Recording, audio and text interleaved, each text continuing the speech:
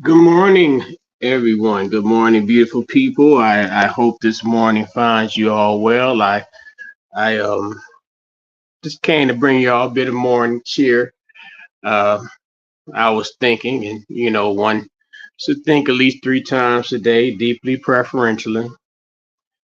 Uh, so yeah, this is pretty much like my afternoon for the most part, because I'm a third shift working person, and a lot of time, I guess, creative inspiration or thoughtful inspiration hits me at what you might consider the wee hours of the night. So, but Father's Day was yesterday, and for the most part, I not only for the fact that I am not a father, but my father is long deceased, and you know, um, to me, I guess for the most part, it was just like most of these so-called holy days, holidays, it was just another day, celebrated by some. For me, myself, not so much. But of course, it being Father's Day and the mind and the energy is on fathers, I could, I would be, you know, shoot, I would be lying. Let me just say, put it like that. If I said I didn't think about my father and my father's relationship. Now, before I even start, for better or for worse, I was blessed to know my father. I was, I, I was blessed to have, for the most part, my father in the household in which I lived. My mother and my father were married.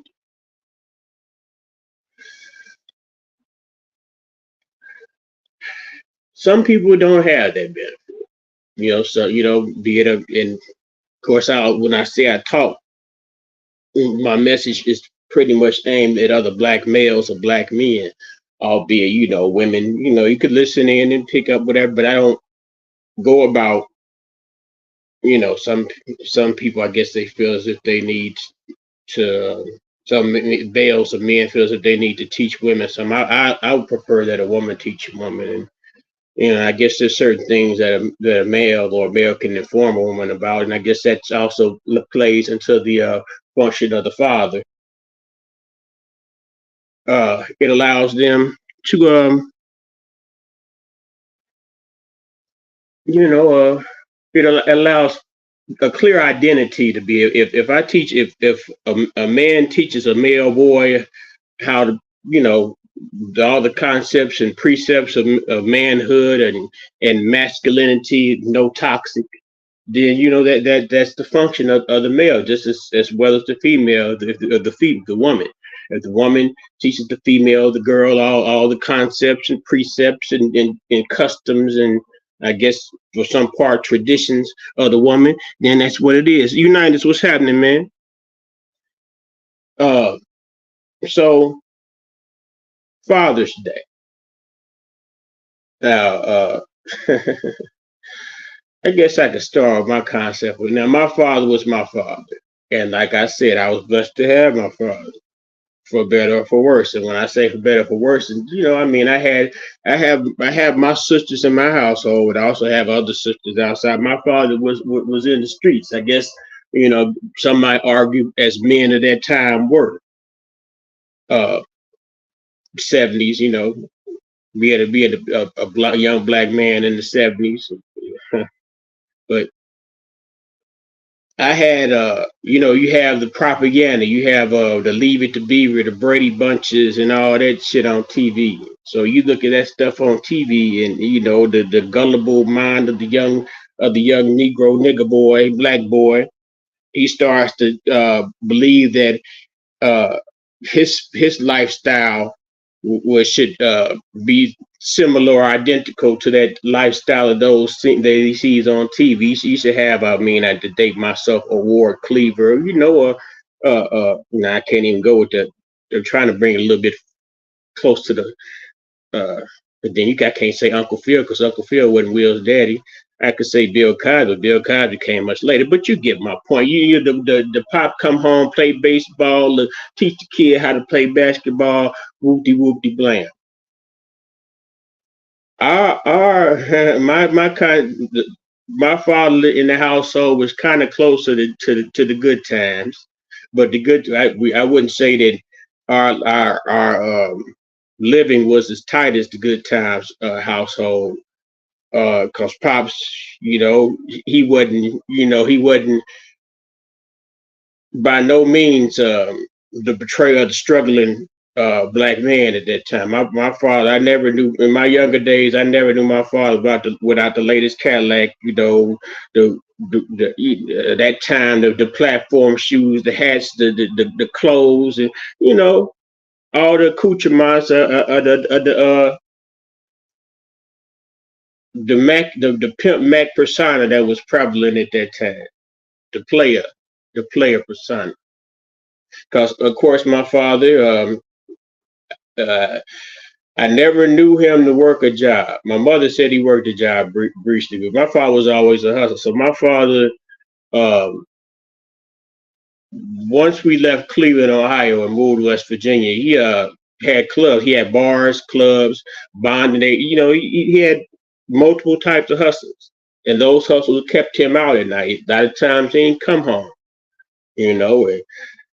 And of course, with that type of lifestyle comes, the drinking and whatever recreational things that come with it. So, that's going to play out into the personality of the person who's living that lifestyle, much to the detriment of, always rest in heaven. Hopefully, my pops made his way to the pearly gates or whatever concept of the pearly gates that there is. So yeah, my father was a stern disciplinarian. I mean, I guess if that's to say that I got my fair share of some proper ass whoopings, and also certain levels of punishment. I was placed on punishment. I got to see on my report for every C. You got to sit at the table for another hour after school. Whoopie whoopie blast. So I get home from school at maybe 2:50. My mom got the soap operas on. I might watch 10 minutes of a soap opera. Then I'm at the kitchen table with books out. To about sometimes I think I probably maxed out at 3 hours.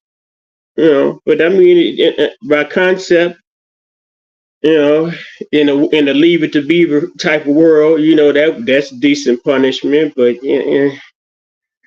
it helped. And I can't ask. That's why I say I can't, for better or for worse. Some things I didn't understand, back then, but I understand better now. So I say this to also say, there are people that saw this day come and they didn't have any type of relationship with their father. They may have known their father and have justifiable cause to have disdain and hatred for their father. They may have never known their father. So this day probably hits a little bit different for them. To those people, I mean, if they do so happen to have children of their own, I will hope that they were able to um, grab a hold of the tools and instruments that they could find in order to be, I guess, considering the background they have, somewhat of an incrementally, down, I'm stuttering, a bit more of the father that they didn't. Well, I guess you can't be a bit more of something that you never had. Be a father to whatever children that they had to the best of their ability is what I'm trying to say.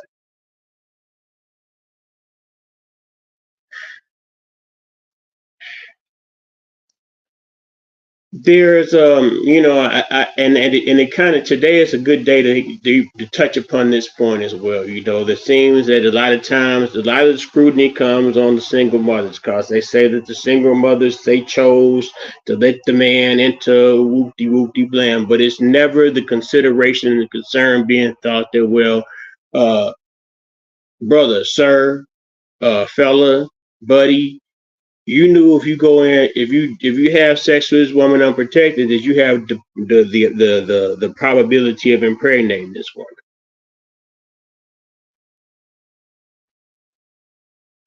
Uh, Now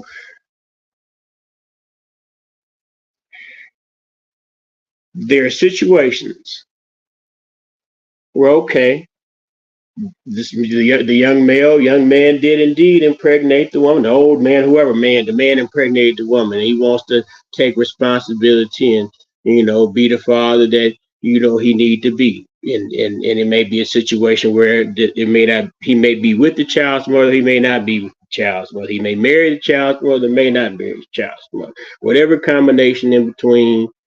uh, that male does the best he can. He fights to his full ability to make sure he has the presence in his child's life. Yeah, I appreciate it, fam. I'm just speaking from from the heart right now. Um, he does everything that he's supposed to do. What from his understanding of what a father should do underneath whatever circumstance. Blessed be that father. Blessed be, because that is a father. Then you have those individuals who are less than par of being a participating father. They may know the child, they may run across the child here and there, may even get to the point where they pay a moderate amount of child support. But other than that, the child is just a casualty of a consequence. I messed around, dad. I knocked another one up. Got another look. I got a baby here, baby there, baby there. Uh, Sometimes you doing that male doing that, maybe like I said, that male might not have had a father figure in his life, but somebody in his life that showed him what the really, like I said, it's a blessing to be a father, because a father is a duty. The man is being a man itself himself. Um, he's not necessarily the most loved between the woman, the boy, or the girl child, because there's a certain responsibilities and requirements that are held intrinsically by a man that are oftentimes taken for granted by others until that man is absent, and those things in which that man is responsible for dealing with and taking care of are not no longer being taken care of. And of course, you might have the independent woman might disagree with me, but then again, I mean, everybody has a right to their opinion. I just speak from my point as a man. So, these, you got the halfway daddy. Then you got the absolutely absent, purposefully absent father, or maybe this situation, my mama don't even know who daddy is, but they talk about the single mother, but they don't talk about the nigga that left the kid. That has put the woman in a position where she may appear to be that single, put to have to assume that yoke. And I mean, and it's kind of shameful, that single mother is a sentence. It's still mother. Mother is still a divine thing in itself. Niggas crying out, people, folks cry, well, the mother get this, the mother get that. Like I said before, the father is not going to get the same type of accolades and appreciation, because the man and the father is not the nurturer, not the one that makes that coddles to the feelings and the emotions, because the feelings and emotions are something that the male is supposed to filter through a meter of a filter of logic, a sift of logic. You take your emotions and you weigh them on a scale of logic and reason. How is this emotion going to benefit, and how would this emotion lead to detriment if I embraced it into a certain level, form, or fashion?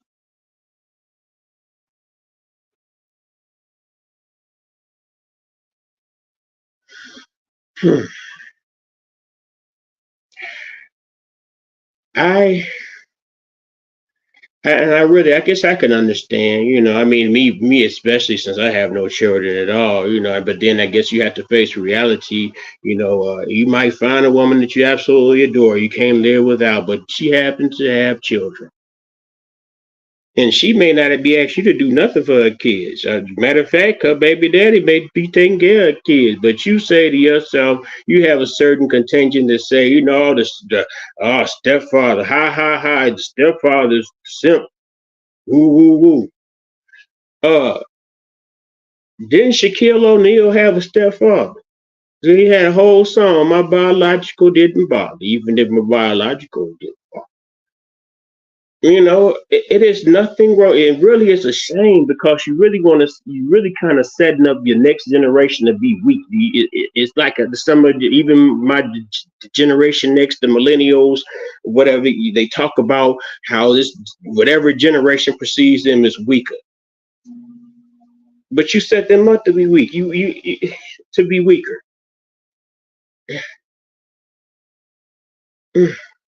You shame being a stepfather. Okay, that's fine. That's fine. Okay, it's got I don't know. I mean, I can't tell nobody how to spend their resources per se. But you buy a passport and go overseas and buy. No, fuck it. You go overseas and buy it, bitch, and then do come back here and do the same thing. Ain't like them brides ain't don't leave studs, and be single mothers and still be looking at still being in a nigga pocket. They ain't like the black women or black single mothers are the sole architects of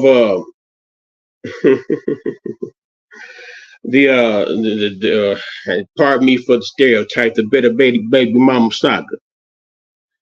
United States, my brother's a stepfather, been in that child's life since he was 6. He's now 17, and the bond they have is strong. Exactly, man. It's like, okay, uh, the man that the child, the man that the child, whether or not, well, I guess we'll speak in the perspective that the child had actually met their real biological father. This is the person that they thought was supposed to be there, that person for them, but it turns out that that nigga was a sucker or whatever. Maybe he was a good guy, or he might have just happened to die, or whatever happened to him. But now this other man comes now. This other man is in the mother's life. Now you might have had positive feelings or negative feelings about your father, your real father, but this person is not your father. Not that person. This is a different person. And it's up to the quality of that man, that's being placed in the potential stepfather position, uh, what he pours into that child. That whether it be a girl child or a boy child, whatever it is, it really is a blessing to be able to do that.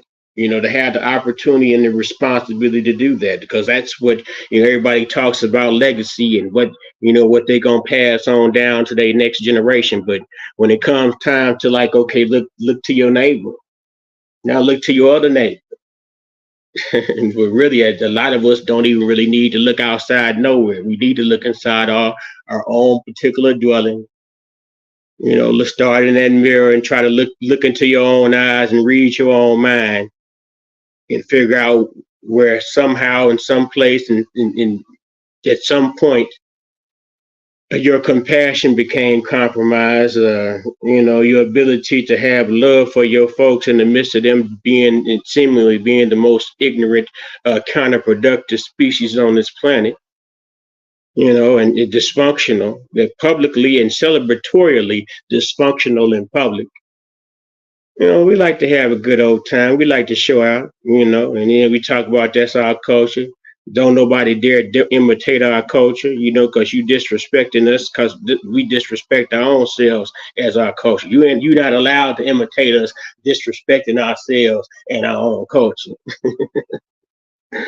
He met his birth father, but he never wanted to be in his child's life. So the stepson calls my brother his dad. Exactly. And that is what that is. That Shaq was on that same shit. Even if biological did bother. I call him a dude. But yeah, man, I just really wanted to come on here and just speak on that, man, because hmm, no matter how, and like I said, I'm not a father, but I hear the murmurings, and I guess we kind of got a little bit better in regards to how women would get on and say, I'm my baby mama and they daddy, cause they daddy ain't whoopty whoopty blam. We got a little better in that regard, but um, is it to the point where that that logic and rationalization, well, I guess illogic, and that rationalization that once pervaded the black social media sphere, where the so-called black single mama was proclaiming to be the mama and the daddy, because the daddy was derelict in his duties, or is the father being more participating?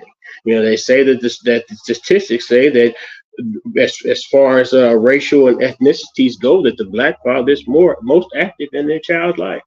So maybe what I'm saying here is all a stereotype, but I was just coming on here to speak about fathers and pappies and things like that. I thought about my pappy today, man. I mean, toward the end of his life, I guess when the line can only be the line. You can only be the leader, the lead on what they call the head of the pride for so long, then he start, get a little long in the tooth, claws get a little duller, then that's when the compassion and then the emotion come out, so I guess, hey, hell, that's the testosterone lessons. Um, as I talked, I think it was after he had his first heart attack or stroke. Yeah, it's after he had his first stroke or whatever. And I started talking to him, and I started getting a better understanding of who he was and how he got down. I mean, not that I wasn't able to halfway see, but a better understanding of who he was. Then and it's something, and I can't really, because I guess my course of life was supposed to go the way my course of life was supposed to go. My father told me to come back to West Virginia, because he had a plan to get all these properties and do this and this and work grants and all this shit. And in my mind, I said, I don't want to come back down there. I don't want to go back. That shit going on.